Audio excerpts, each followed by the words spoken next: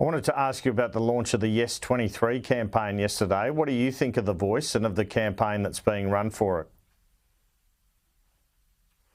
Well, I mean, I think I've been fairly clear in my concerns about the lack of information that's been provided to Australians around what the constitutionally enshrined voice is likely to mean for Australians. And when we can't get, people who are experts in the Constitution, we can't get the legal fraternity, we can't even get Indigenous Australians to agree on what this actually is and what it's going to look like going forward. So, it's concerning, but what I'd say is that every single Australian individually, one by one, will walk into that ballot box and cast their vote. Don't be influenced by, the pressure that's put on you by others. Go and find out for yourself the information that you need to know about both the yes and the no cases, and then go and make your own informed decision. Because I'd suggest that, corporate Australia and also some of the big sporting bodies, I'm sure they haven't asked, their shareholders or their players as to what their views are. This is corporate Australia and big sport in Australia and the capital cities making a statement. But I'd say to every Australian, make your own mind up. And just on that, your leader had some choice comments yesterday about corporates donating to the Voice, he's almost saying they're almost being shamed into it or being gutless. Do you back that in? Well, I certainly think that, there is an informed choice to be made here. And corporate Australia just going out and picking one side without, clearly understanding the details, because no Australian understands the details of this Voice because they simply aren't there, despite having been asked the government 1 million times to provide more detail. So corporate Australia going out and throwing money at one side of an argument when there's no information, I probably would say, as I said before, Australians should actually be going in and informing themselves and not being told what to do by people who live in big cities.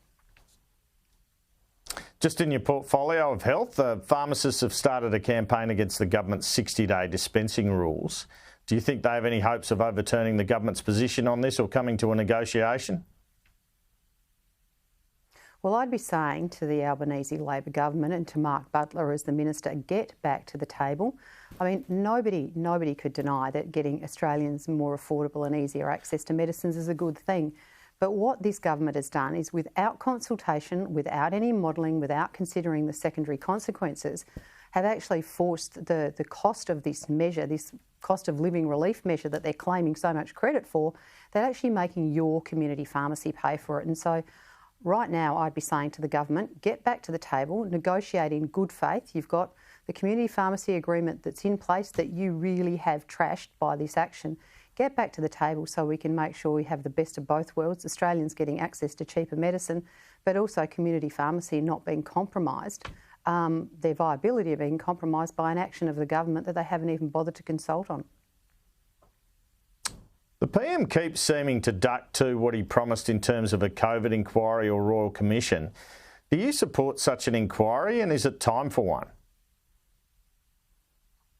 Well, obviously there's been a lot of investigation into COVID, but, it's once again a case of the Prime Minister went to the election with a whole heap of promises that he made to Australians, and I think Australians have got every right to be expecting this government and this Prime Minister to actually deliver on their promises, whether it be this particular one or a myriad of other promises that he seems to have completely forgotten about now.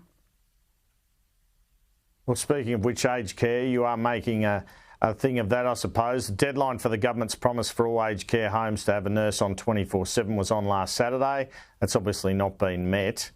Do you see the promise as some sort of con? Do you think the government will, in a year's time, deliver on it?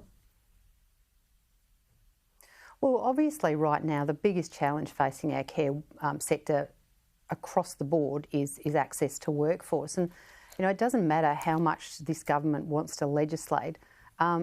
Simply the workforce just isn't there. We know that, we're some 8,000 registered nurses short right now just to deliver on the commitments that are before us today. So, obviously we want the best possible care and we'd love to see 24/7 nurses in all of our aged care facilities. But, you simply can't deliver that if you don't have the workforce. And what we'd be saying is, stop with putting so much stress and pressure and anxiety onto our aged care sector. let them actually do the best possible job they can to look after our older Australians, and let's work with the sector to try and see if we can work through resolving the challenges that are before us so we can get on with delivering the care that I think every Australian wants for older Australians when they are in a position where they have to go into residential care. And we have the Fadden by-election on in a couple of weeks. What's an acceptable result for the Liberal Party in this by-election? Well, obviously, you never take any election for granted, and certainly by-elections can be tricky at the best of times. But I think we've pre-selected a great candidate. He's a local member of the community. He's out on the ground working really hard.